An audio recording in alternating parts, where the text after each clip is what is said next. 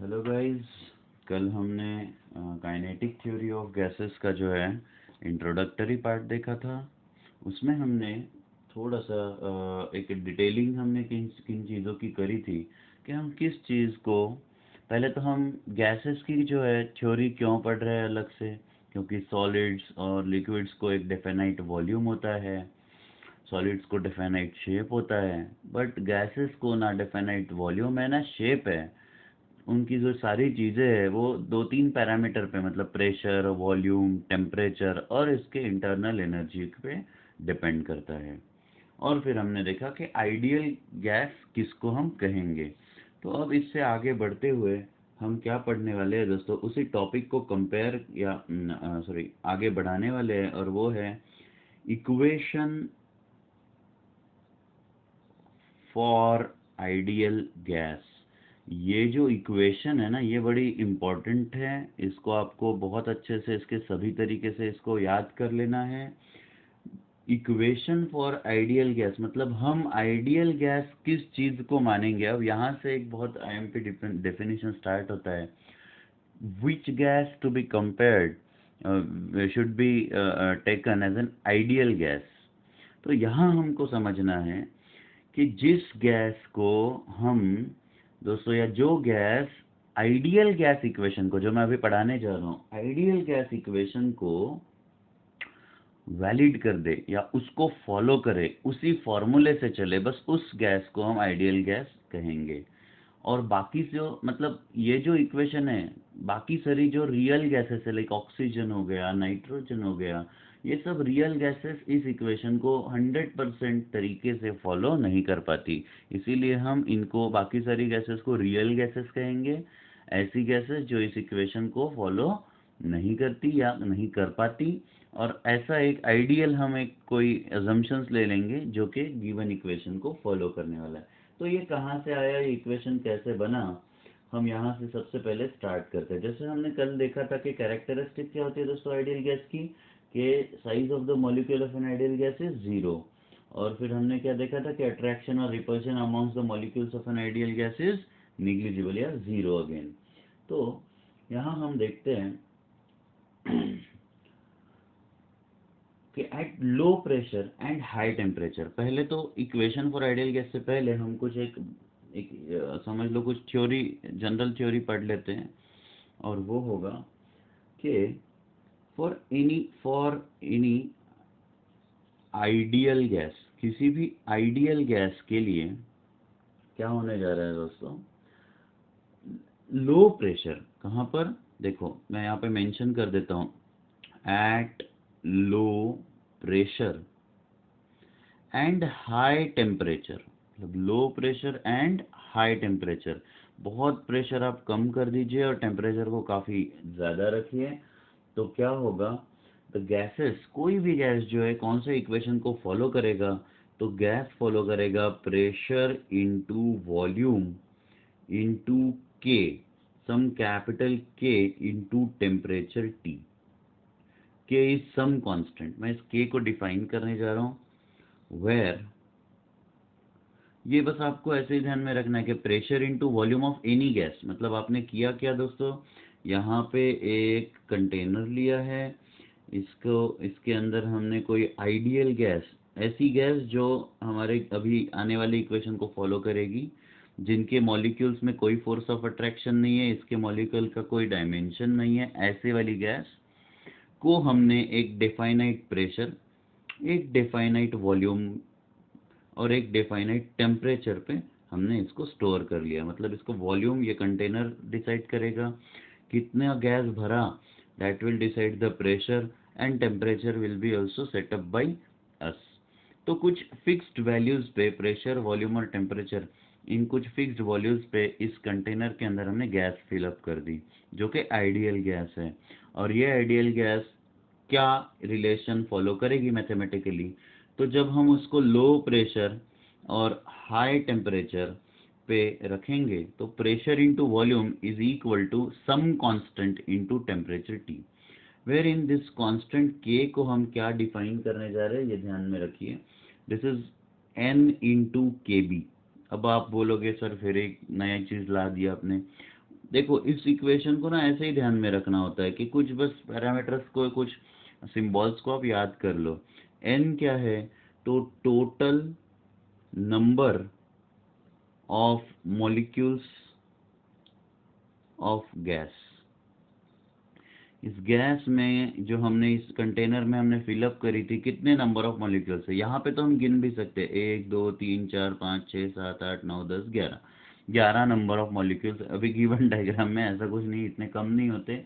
ऐसे तो 10⁻23 के रेंज में मॉलिक्यूल्स होते हैं जनरली, बहुत ही हाई नंबर होता है। ऐसे ही मैं बता रहा हूँ कि total number of molecules of gas is n, और kb is called as Boltzmann's constant.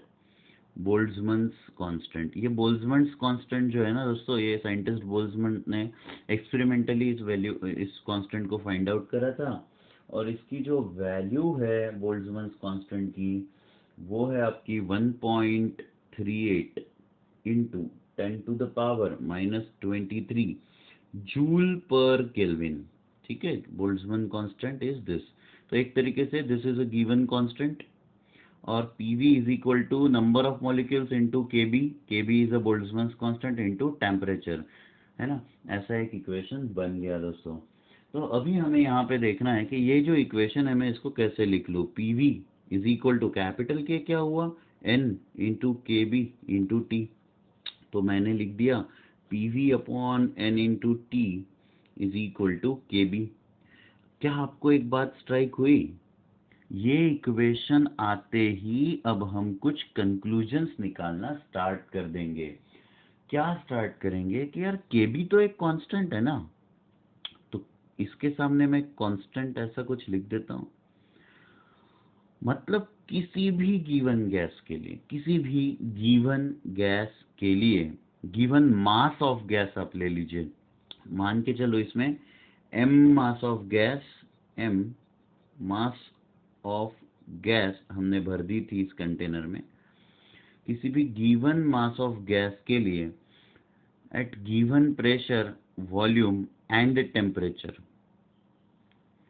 The number of molecules will remain constant. इसीलिए हम किसी भी गैस के लिए P1V1 upon N1 into T1 is equal to P2V2 is upon N2 into T2 is equal to KB and which is constant, ऐसा हम मान के चलेंगे। मतलब दोस्तों क्या हो रहा है, ये जो टर्म है ना, आप किसी भी गैस को pressure into volume upon number of molecule into temperature कर दीजिए, आपको हर बार KB ही मिलेगा। For any gas you will get this value equal to Boltzmann's constant. और बस इसी से एवोगैड्रो नाम के साइंटिस्ट ने एक हाइपोथेसिस निकाला। और एवोगैड्रोस हाइपोथेसिस क्या था, ये बहुत ही इम्पोर्टेंट चीज मैं आपको बताने जा रहा हूँ। एवोगैड्रोस हाइपोथेसिस, अभी तक आइडियल गैस इक्वेशन आया है क्या, नहीं आया है, बताऊंगा मैं आपको। एवोगैड्रोस हाइपोथेसिस क्या है, उन्होंने कहा for equal volume of all gases under identical condition of pressure and temperature would contain equal number of molecules। समझे आप, कि अगर आप कोई गैस को, किसी भी कोई भी अलग अलग टाइप के गैस को इक्वल वॉल्यूम में लें, और उन सभी गैस का प्रेशर और टेम्परेचर भी सेम रखें, तो उन सभी गैसेस में इक्वल नंबर ऑफ मॉलिक्यूल्स रहेंगे। मैं एक बार लिख देता हूँ, फिर इसको थोड़ा सा हम ब्रीफ में देखेंगे ही। हम लिखेंगे for equal volumes of all gases, for equal volume of all gases under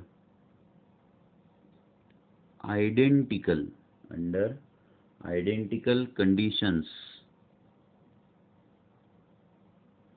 of pressure and temperature, under identical conditions of pressure and temperature would contain equal number of molecules, would contain equal number of molecules। दोस्तों थोड़ा सा इसको हम अब elaborate करते हैं। मान के चलो कि मैंने एक कंटेनर लिया जिसका वॉल्यूम V है, हमने और एक कंटेनर लिया उसका भी वॉल्यूम हमने सेम रखा V।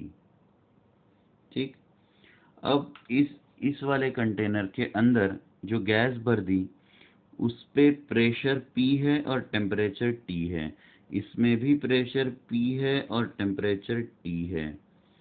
क्योंकि वॉल्यूम भी सेम है, प्रेशर भी सेम है और टेम्परेचर भी सेम है, इसमें जो नंबर ऑफ मॉलिक्यूल्स रहेंगे, मान लो 1 2 3 4 ऐसे हमने गिनती कर ली, जैसे यहाँ पे करी थी, जो भी हमने गिनती कर ली, तो number of molecules in this container and number of molecules in this container will remain same even if these are the two different gases।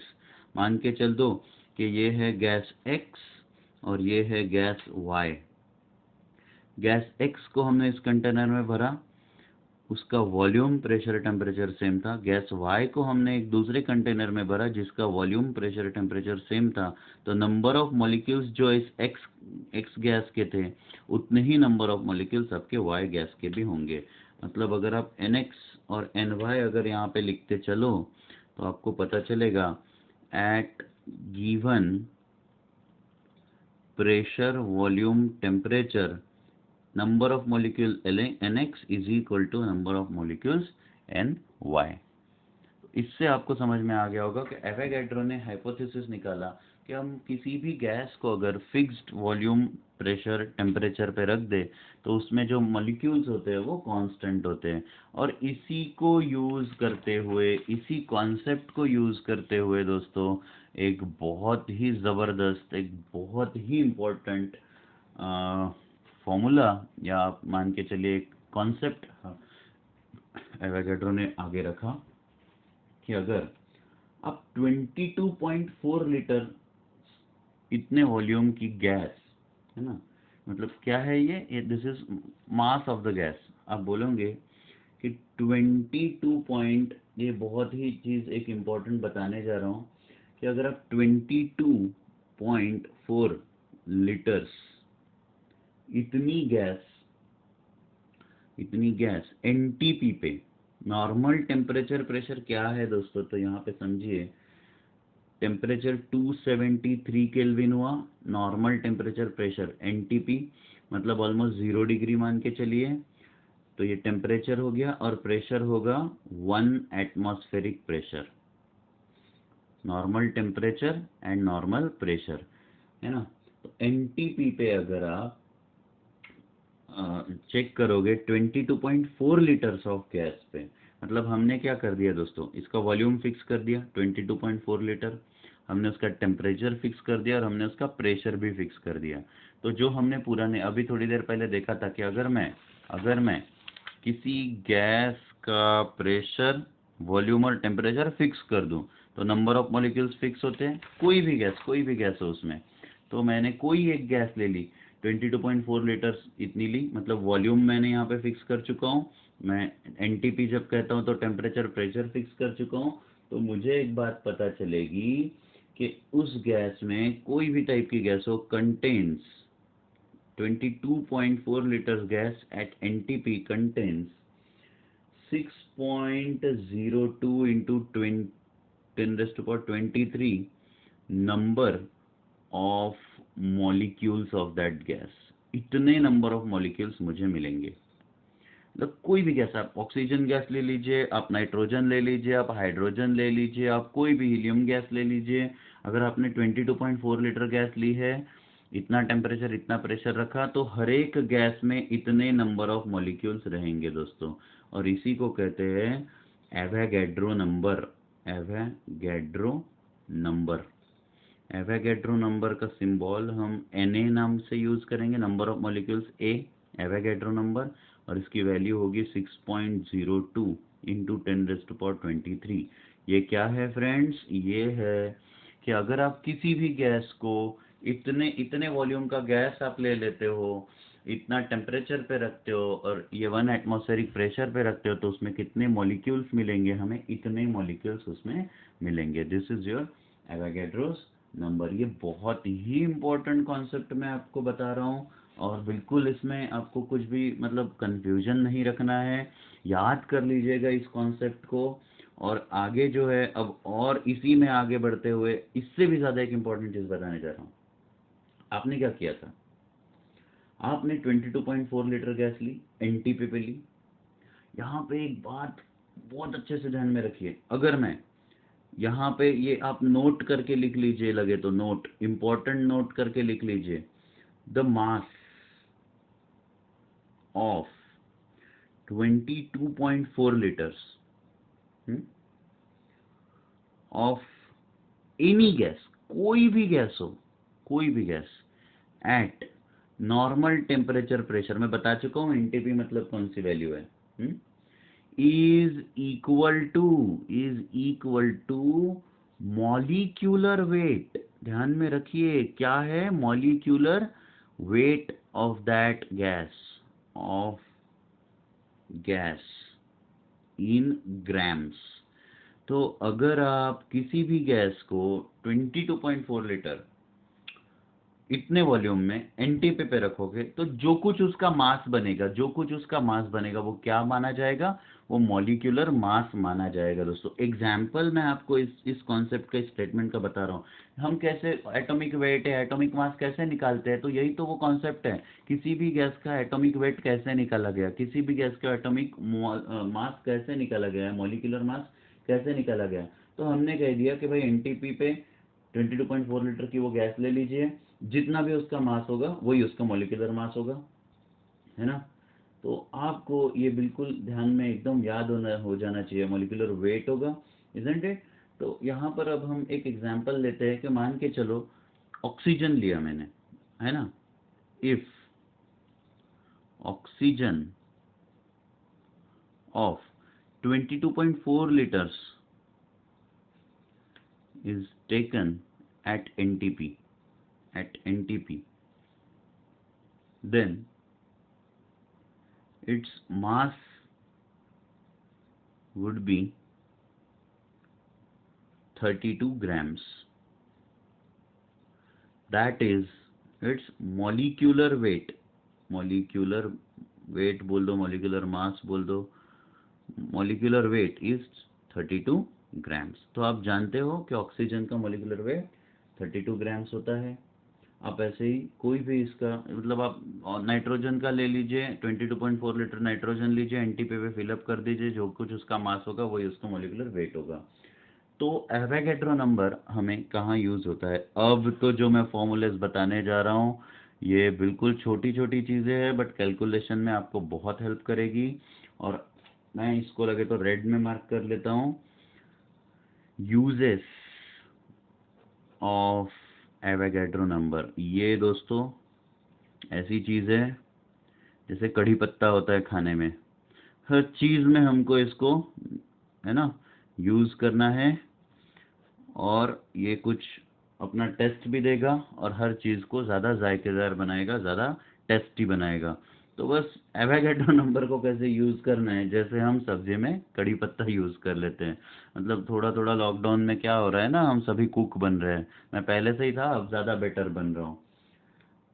तो होपफुली आप भी खा खा के मोटे हो ही रहे होंगे, और नहीं हो रहे हो तो स्टार्ट कर दो, अब भी टाइम है। तो चलो uses of Avogadro number start करते हैं, पहला वाला, है ना दोस्तों। तो फर्स्ट जो है हम क्या निकाल सकते हैं, हम किसी भी गैस का एक्चुअल वेट ऑफ एटम निकाल सकते हैं, एक्चुअल वेट, मॉलिक्यूल का नहीं, यहाँ पे हम कह रहे हैं वेट ऑफ एटम। कोई भी एक एटम है, जैसे ऑक्सीजन का एक सिंगल एटम है उसका वेट कितना होगा, तो मैंने कहा एटॉमिक वेट, देखो atomic weight in grams upon Avogadro number, Na माने एवोगैड्रो नंबर। सिमिलरली बिल्कुल सेम फॉर्मूला, अगर मैं actual weight of one molecule निकालना चाहता हूँ, वेट ऑफ वन मॉलिक्यूल, किसी भी गैस का एक मॉलिक्यूल लिया और उसका वेट निकालना चाहता हूँ, तो मैं क्या लिखूंगा, molecular weight upon Avogadro number. मतलब मुझे एक एटम का वेट चाहिए, atomic weight upon Avogadro number. एक मॉलिक्यूल का वेट चाहिए तो molecular weight upon Avogadro number. Oxygen के लिए तो एटॉमिक वेट कितना होता है ऑक्सीजन का, 16, तो 16 अपॉन एवोगैड्रो नंबर क्या हो जाएगा, weight of one atom of oxygen.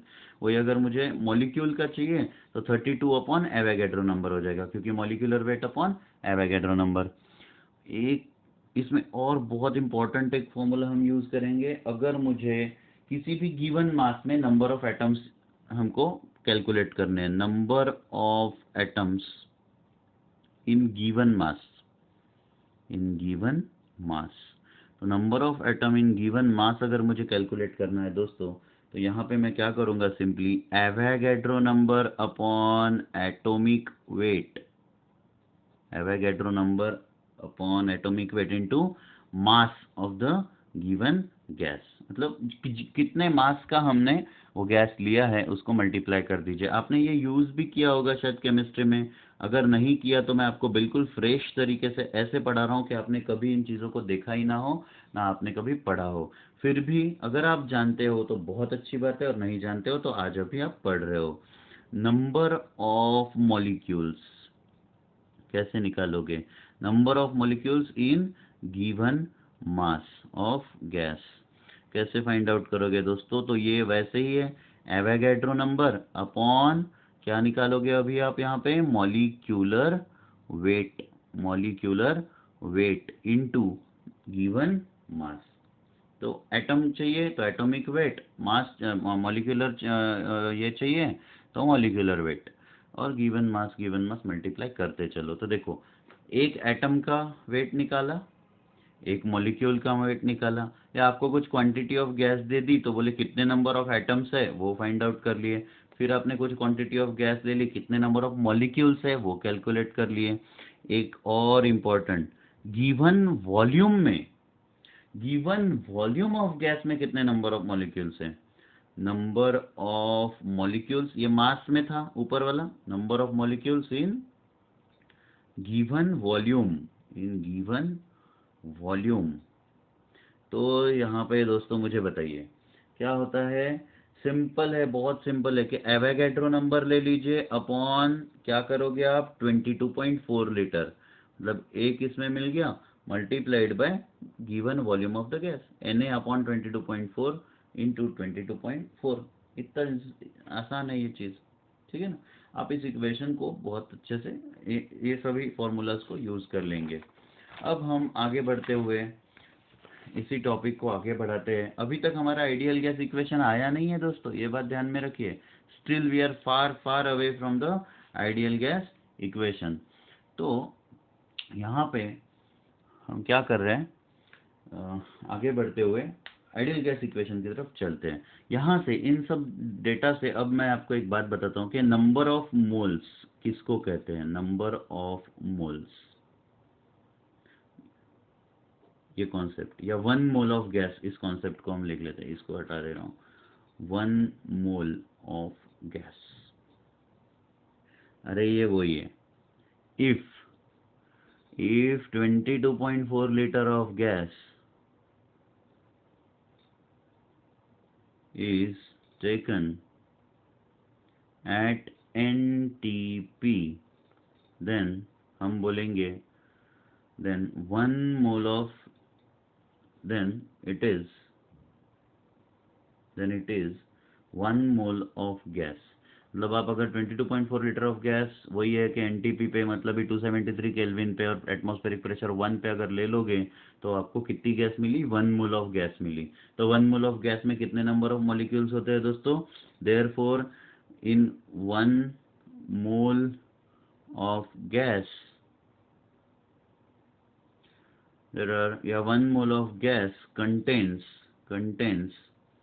Na number of molecules, Na number of molecules, मतलब 1 mole of gas में दोस्तों 6.023 इंटू 10⁻23 नंबर ऑफ मॉलिक्यूल्स होते हैं। कितना देखो, कितनी सारी चीजें एवोगैड्रो हाइपोथेसिस से आ गई कि बोले मॉलिक्यूलर मास क्या होता है, तो बस आप उतना ही 22.4 litre of gas at NTP ले लीजिए, जो भी मास होगा वो मॉलिक्यूलर मास होगा।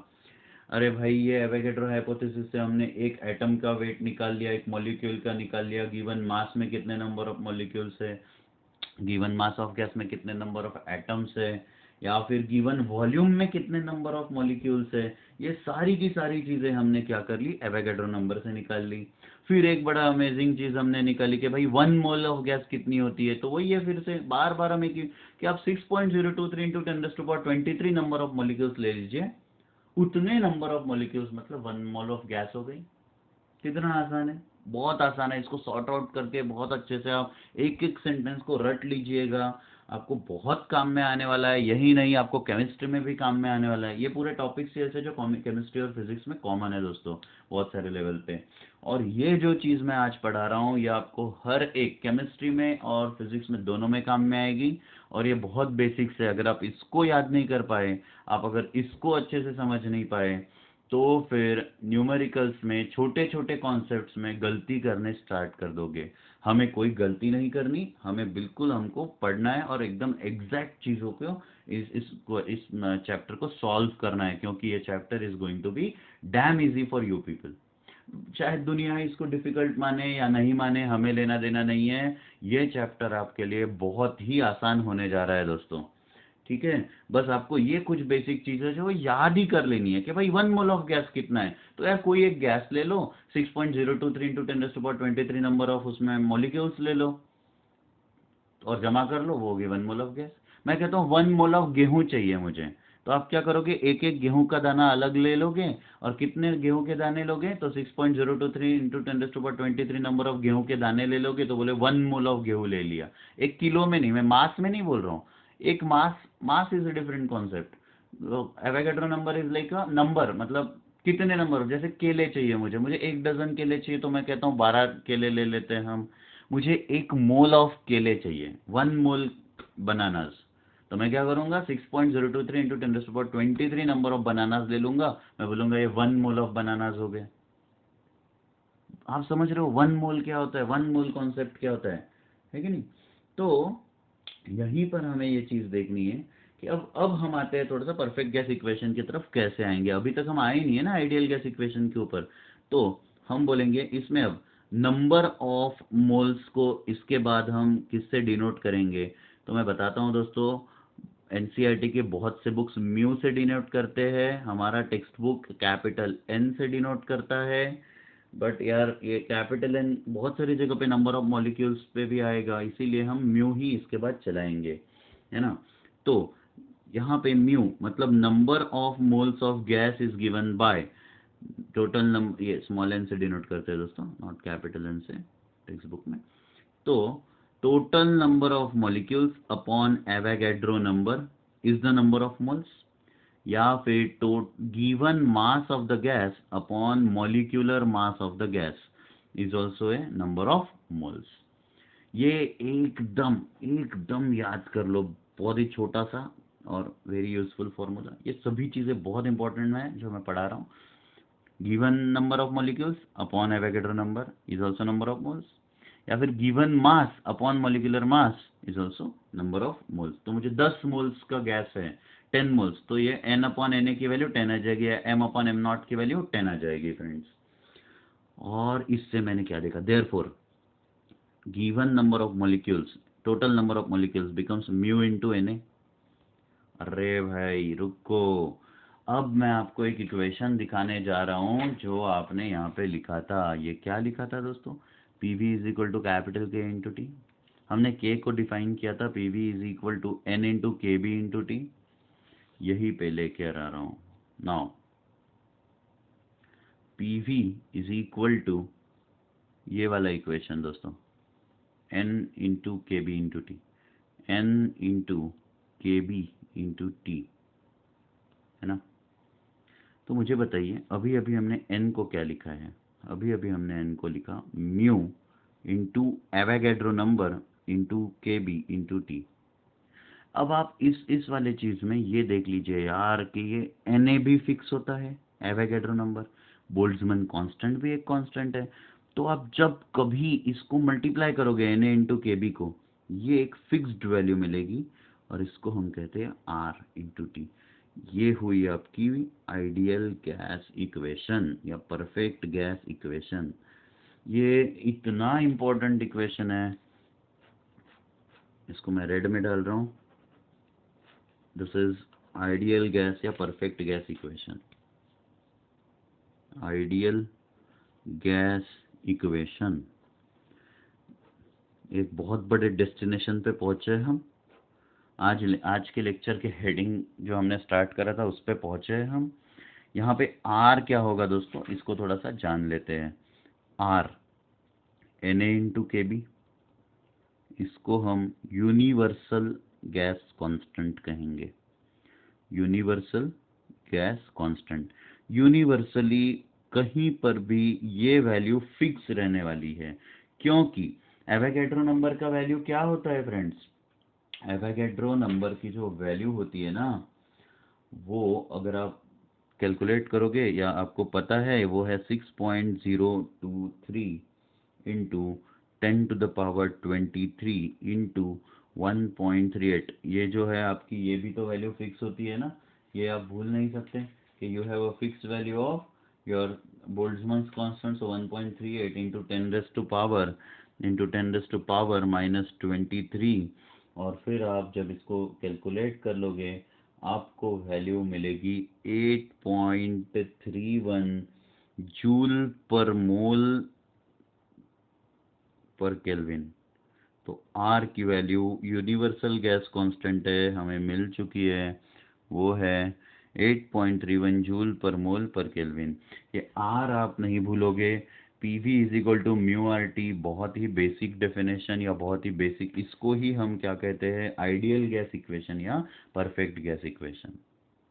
इसका क्या सिग्निफिकेंस है इस इक्वेशन का?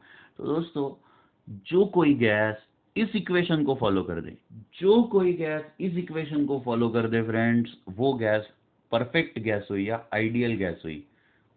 जैसे इंसानों में हम कहते हैं कि आइडियल इंसान प्रभु श्री राम, भगवान बुद्ध, या कुछ भी श्री कृष्ण बोल दीजिए, वैसे ही कौन सी गैस आइडियल होगी? तो वो गैस आइडियल होगी जो इस इक्वेशन को फॉलो करेगी। और सबसे इंपॉर्टेंट बात कि कोई भी एक्चुअल में इस दुनिया में जो जो गैसेस है, जो कुछ है, मतलब ऑक्सीजन है, जो कुछ है, जितनी भी गैसेस है, वो कोई भी गैस परफेक्टली आइडियल नहीं होती। वो कोई भी गैस एग्जैक्टली इस इक्वेशन को 100% तरीके से फॉलो नहीं कर पाती। पर क्यों और कैसे, इसको हम ग्राफिकली नेक्स्ट लेक्चर में समझेंगे, है ना? तो आज के लिए हम इसको स्टॉप करते हैं। थोड़ा छोटा लेक्चर हो गया बट काफ़ी हेवी है, कॉन्सेंट्रेटेड है। आप इसके हर फॉर्मूले को, हर कॉन्सेप्ट को रट्टा मार लीजिए। आज जो मैंने पढ़ाया ना, उसको एवोगैड्रो हाइपोथेसिस इस टॉपिक से याद कर लीजिए। 10 बार लिख के देखिए, 50 बार उसको लिख के देखिए, बिल्कुल मुंह ज़बानी याद हो जाएगा। तभी आप इस टॉपिक को छोड़ोगे। मैं बता रहा हूँ आपको, एकदम 100% हर चीज़ इसमें से याद होनी चाहिए फ्रेंड्स। सो आज के लिए हम क्लास रोकते हैं। Thank you.